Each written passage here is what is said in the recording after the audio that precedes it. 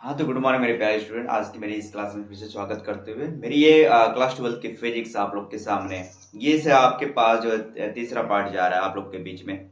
और इसी तरह मेरी सारी क्लासेस को आप लोग वॉचिंग करते रहिए। आप लोग को सारी एक एक जितनी भी डेफिनेशन है वो एक एक स्टेप करके आप लोग के सामने मैं प्रेजेंट करता जाऊँगा।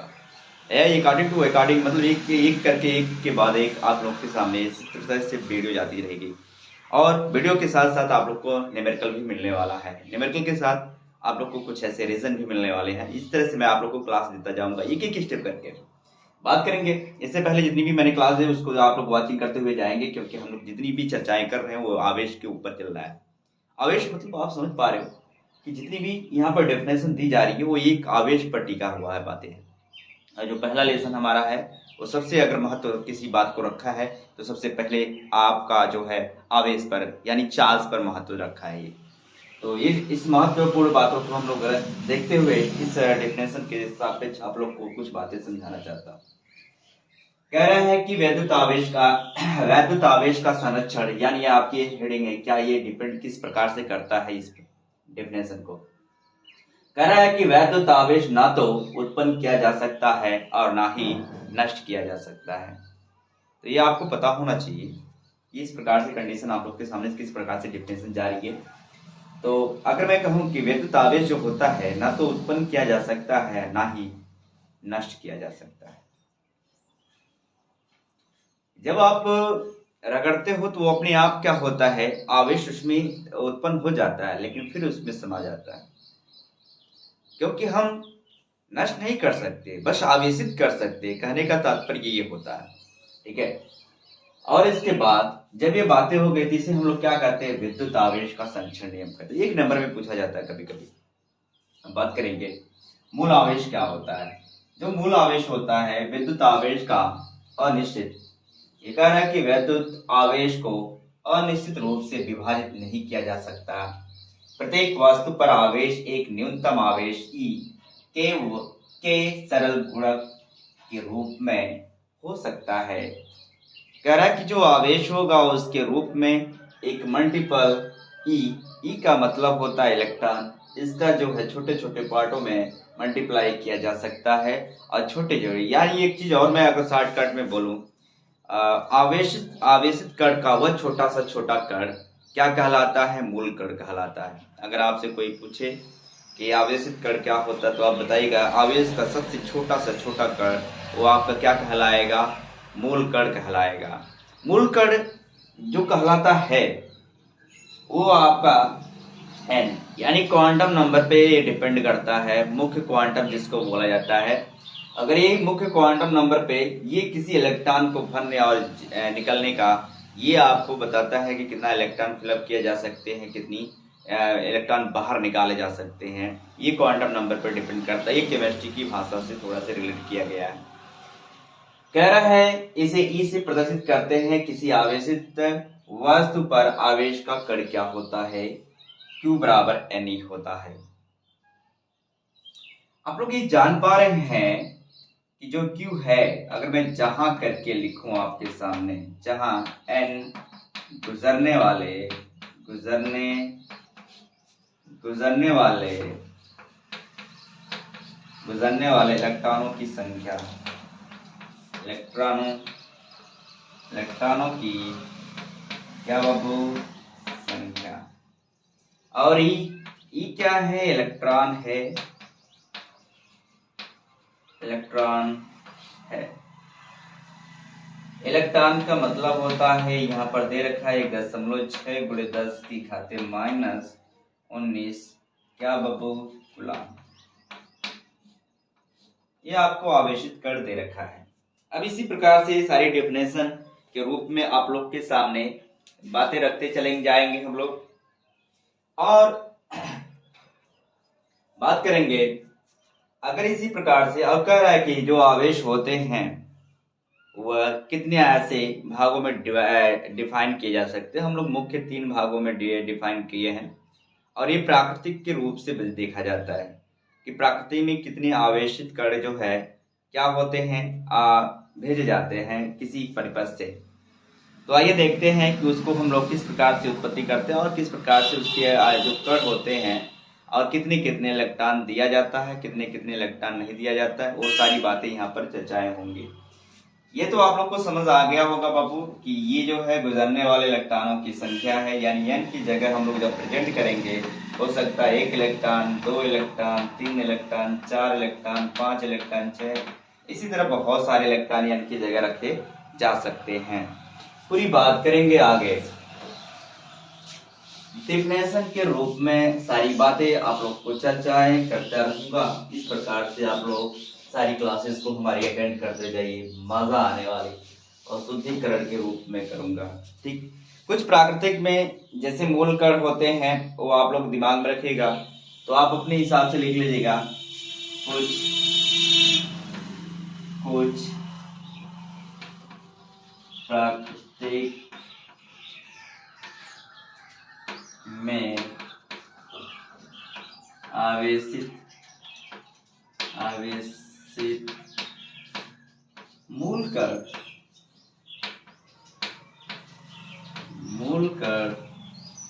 नंबर 1 अगर बात करूं इलेक्ट्रॉन की,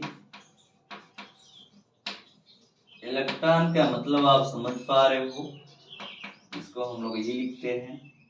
अगर प्रोटॉन ये माइनस होता है, अगर प्रोटॉन की बात किया जाए, प्रोटॉन की बात किया जाए तो प्रोटॉन में आपका प्लस ये इलेक्ट्रॉन जाता है। अगर हम अल्फा कण का आवेश अगर आपसे पूछते हैं, सभी का आवेश ही रहेगा, आवेश यहाँ आ जाएगा +2e होगा। लेकिन क्या आप लोग जान पा रहे हो ई का मतलब होता है 1.6 × 10⁻⁻⁹ क्या बाबू कूलम। इसका मात्रक इसके साथ जुड़ा रहेगा।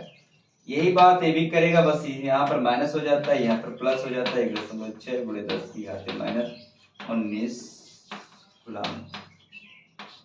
और ये भी होगा +2 का मतलब 1.6, यहाँ पर ई का मतलब 1.6 × 10⁻⁻⁹ क्या बाबू कूलम। ये सारी बातें आप लोग के सामने चर्चाएं इस प्रकार से होती जा रही है, और एक एक स्टेप हमारा फॉलो करते जाइएगा, इस प्रकार के आपके वैल्यू आ जाएंगे।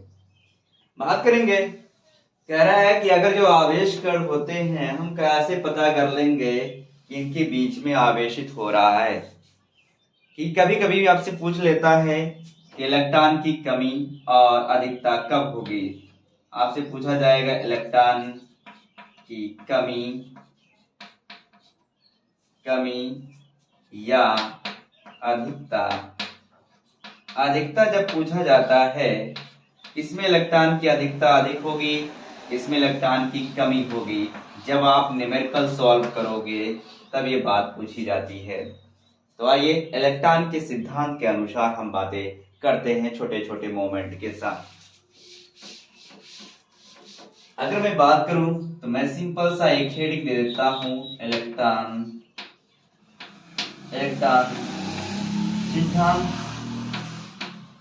इलेक्ट्रॉन सिद्धांत आपकी एक छोटी सी हेडिंग दे पा रहा हूं। कह रहा है कि इलेक्ट्रॉन की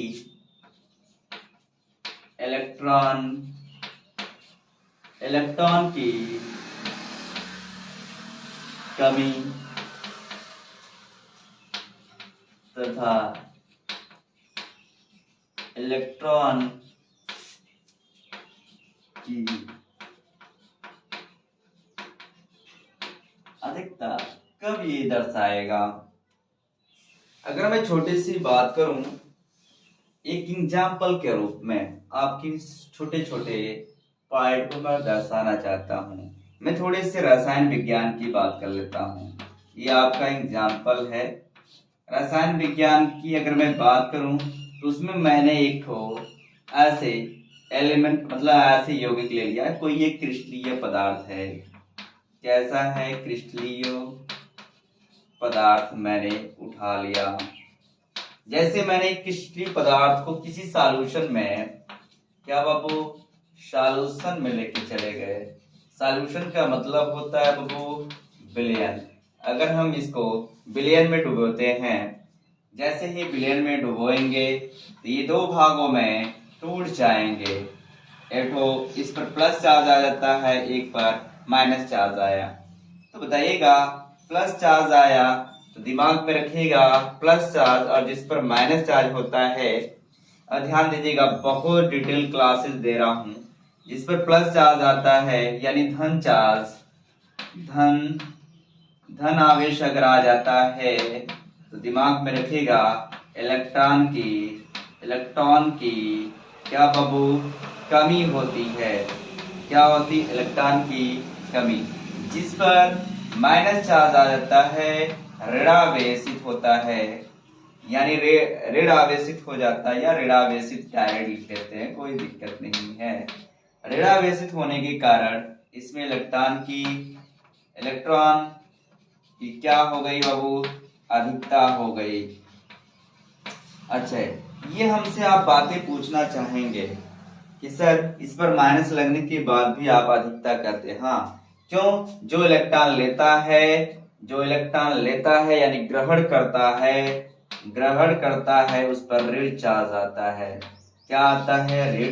तो ऋण चार्ज यानी ग्रहण, ये पहले था 17, जब इलेक्ट्रॉन लिया होगा तो ये कितना हो गया? एक और जोड़ देंगे तो कितना हो गया? 18, यानी इलेक्ट्रॉन की क्या हो गई? अधिकता हुई कि नहीं बाबू? ये अपना इलेक्ट्रॉन त्याग कर अपना इलेक्ट्रॉन क्या किया? त्याग दिया। जब इलेक्ट्रॉन अपना त्याग देता है तो बताइए एक इलेक्ट्रॉन की कमी हुई कि नहीं?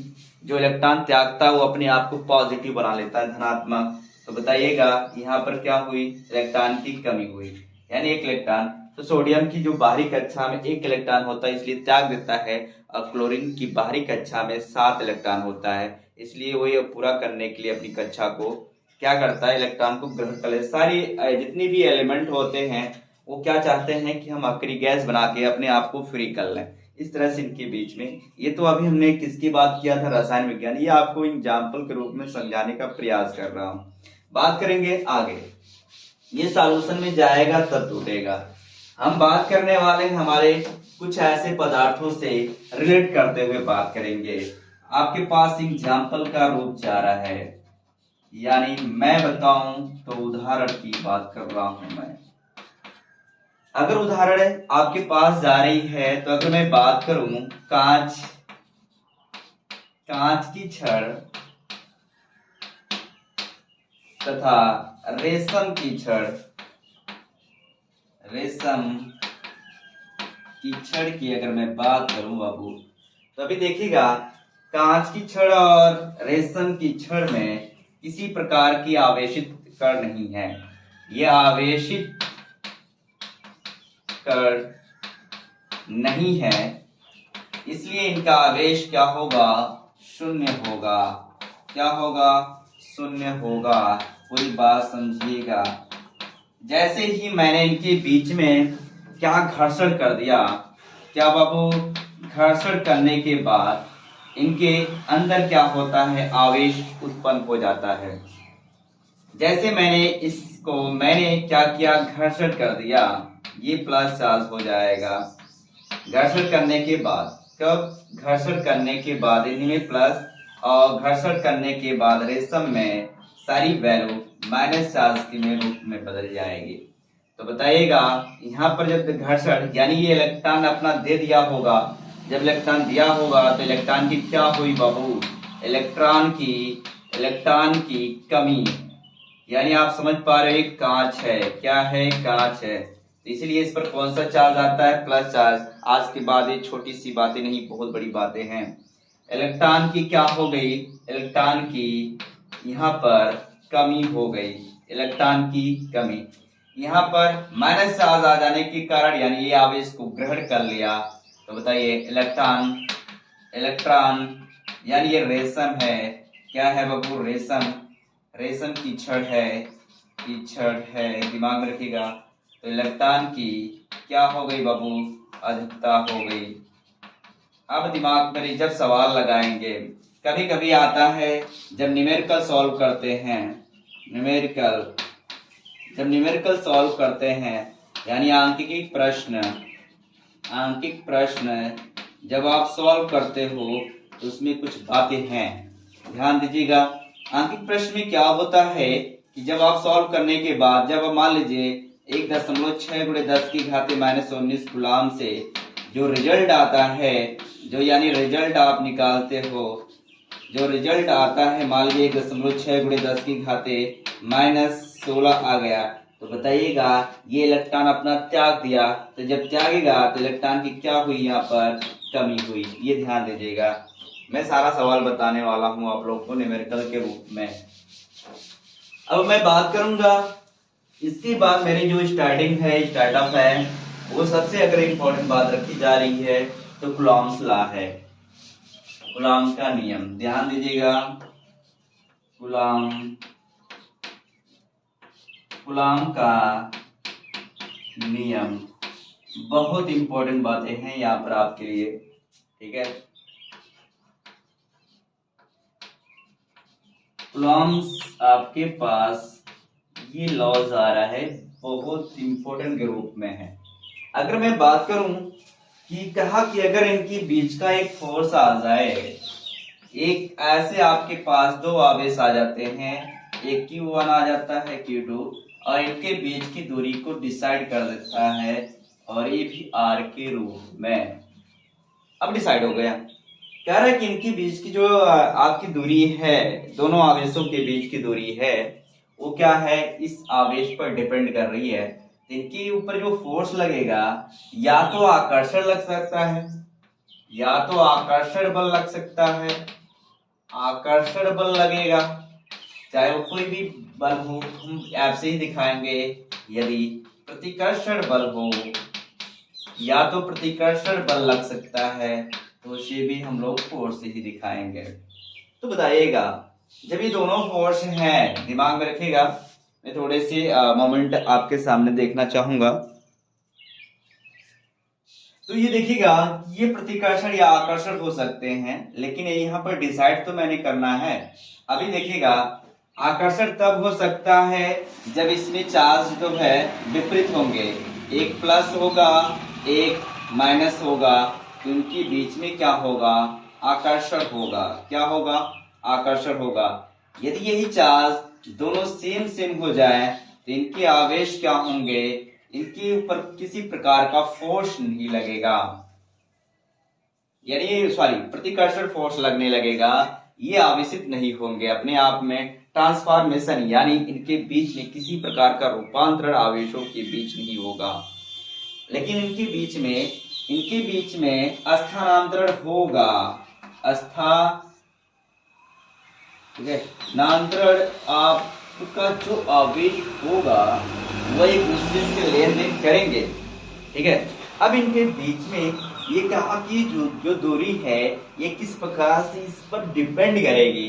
मैंने कहा कि जो करेगा वो Q1 और Q2 इनके आवेशों के गुणनफल को डिपेंड करेगा, और दूसरा 1/r²।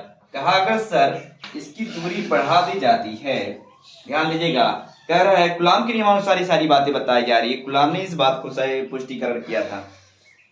अगर मैं बात करूं, कह रहा है कि अगर इसकी दूरियां बढ़ा दी जाती है, दूरियां मतलब इसकी आवेशों की दूरियां बढ़ा दी जाए, आवेश की दूरियां अगर बढ़ा दी जाए, ठीक है, दूरियां अगर बढ़ा दी जाती है, बढ़ा दी जाए तो दिमाग में रखिएगा कि उसमें फोर्स कम लगेगा, तब फोर्स क्या हो जाएगा, यहाँ पर कम फोर्स लगेगा।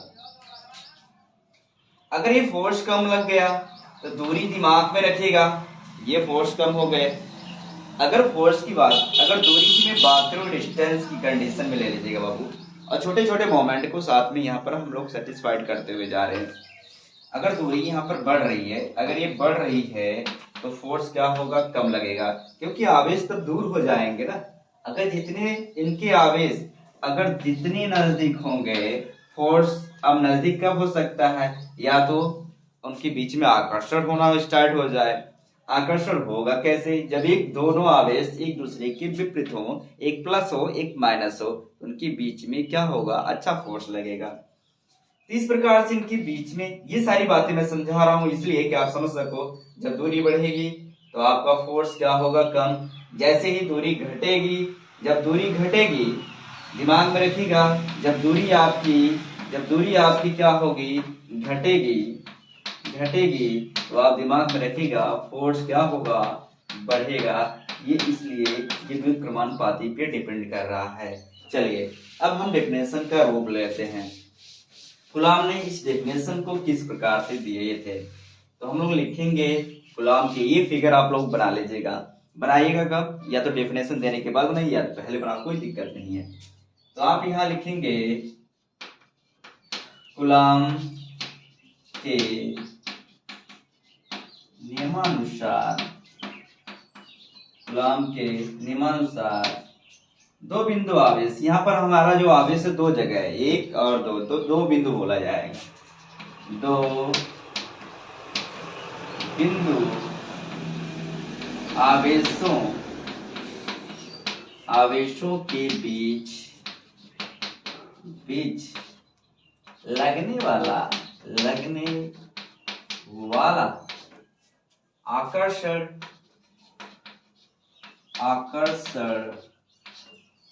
बल अथवा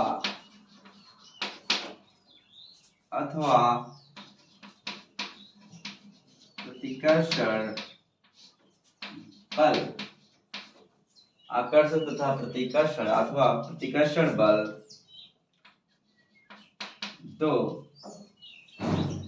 दोनों लिख लीजिएगा, दोनों आवेशों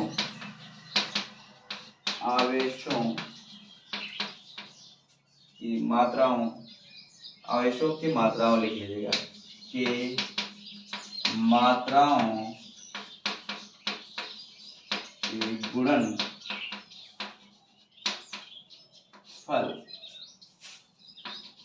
के अनुक्रमानुपाती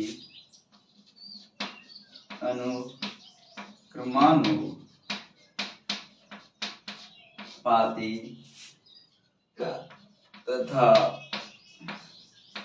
उनके बीच की दूरी के वर्ग के व्युत्क्रमानुपाती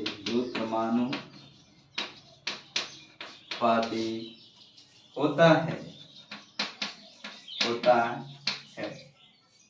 क्या है? उसे आप कूलाम का नियम कहते हैं, होता है। कह रहा है कि दो बिंदु आवेशों के बीच लगने वाला आकर्षण बल तथा प्रतिकर्षण बल दोनों आवेशों की मात्राओं के गुणनफल के अनुक्रमानुपाती तथा उनके बीच की दूरी के वर्ग के व्युत्क्रमानुपाती होता है।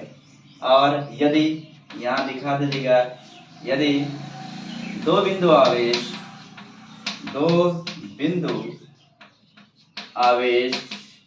आपके पास दो बिंदु आवेश है Q1 व Q2 के बीच की दूरी R है, ये R है आपका बाबू, R है, तब इनके ऊपर फोर्स कितना लगेगा, फोर्स डिफाइन हो जाएगा Q1 व Q2। ये इक्वेशन नंबर 1 को फॉलो कर रहा है। तो सिंपल सा डिफिनेशन के रूप में जारी है। अब देखिएगा, दो बिंदु आवेशों के बीच लगने वाला आकर्षण बल, यानी ये आकर्षण या प्रतिकर्षण हो सकता है। दोनों आवेशों के मात्राओं के गुणनफल, ये आवेशों का मात्राओं के क्या है गुणनफल, ये आवेश है Q1 और Q2, इनके बीच में क्या इंटू लगा है, तो ये क्या होगा, गुणनफल कहा जाता है। इस गुणनफल के क्या है, अनुक्रमानुपाती, ये अनुक्रमानुपाती का चिन्ह है, ये फोर्स लगा है, प्रतिकर्षण या आकर्षण। इक्वेशन नंबर 1 हो गया। अगर ये फोर्स की 1/r² का फार्मूला यूज करते हैं, इक्वेशन नंबर क्या हो जाएगा 2।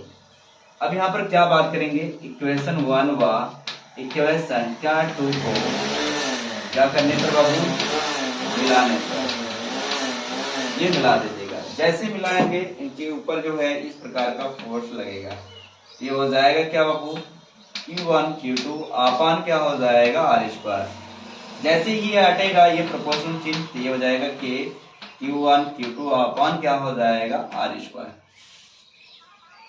इस प्रकार की बातें होती जा रही है और बात करेंगे, इसको हम मिटा दे रहे हैं कुछ समय के लिए, ताकि आप लोग को पूरा डेफिनेशन स्पष्ट रूप से आपके पास जा सके। तो ये सारी बातें हैं। अगर मैं इसको हटा दूं, अगर मैं ये कांस्टेंट वैल्यू हटाऊं, तो दिमाग में यहाँ पर ये बात रखनी पड़ेगी कि के क्या है, जहां लिख सकते हैं, जहां के क्या है बाबू, नियतांक है।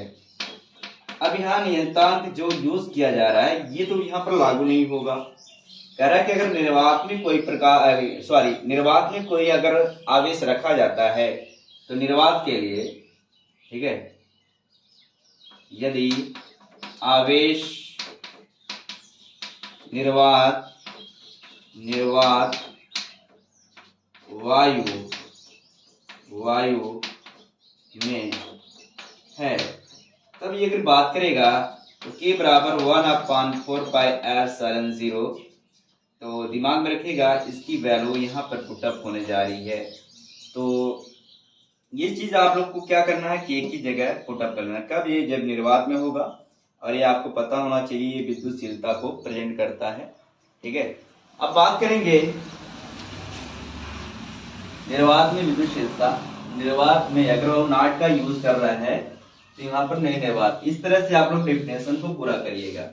ये सिद्ध करना होता है, ये 3 नंबर का कभी कभी या 2 नंबर या 1 नंबर भी बदल सकता है। तो देखिएगा ये जो फोर्स होगा F बराबर, इसकी जगह 1/4πε0 और यहाँ पर हो जाएगा बाबू Q1 और Q2 अपान क्या हो जाएगा R²। इसका जो मात्रक होगा वो क्या होगा, न्यूटन होगा बाबू। क्या होगा, न्यूटन। यहाँ पर लिख देंगे जहां 1/4πε0 का जो मान होता है 9×10⁹ आपको ये पता होना चाहिए। जब मात्रक निकालेंगे, जब इसका मात्रक निकालेंगे, छोड़ देंगे तो Fr² इधर चला जाएगा, Q1 और Q2 इधर आ जाएगा, तो बचेगा क्या 1/4πε0। तो बताइएगा इसका मात्रक क्या होगा, न्यूटन। इसका मात्रक क्या होगा, मीटर स्क्वायर। इसका कूलम गुणे कूलम स्क्वायर हो जाएगा। तो यहाँ पर हम लोग डायरेक्ट लिख देते हैं newton metre square upon coulomb square. ये आपका डेफिनेशन के रूप में पूरी बातें गई। इस तरह से सारी वैल्यू आप लोग के सामने पुटअप होती जा रही है और इस अंदाज में आप लोग सारी क्लासेस लेते जाइएगा,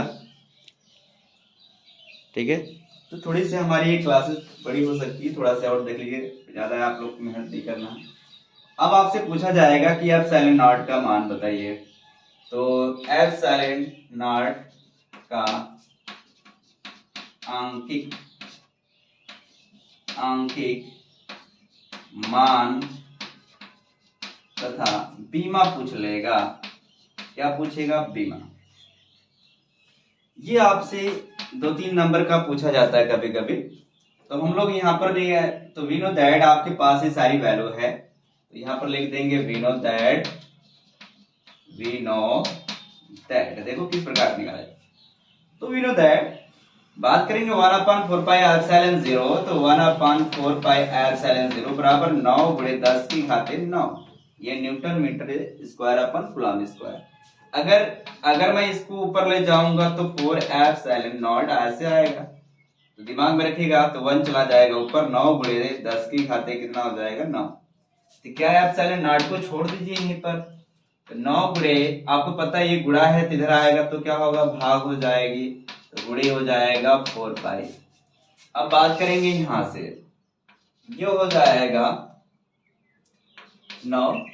अब देखिएगा 4π को आगे कर लीजिएगा थोड़ा सा और स्पष्ट दिखाने के लिए।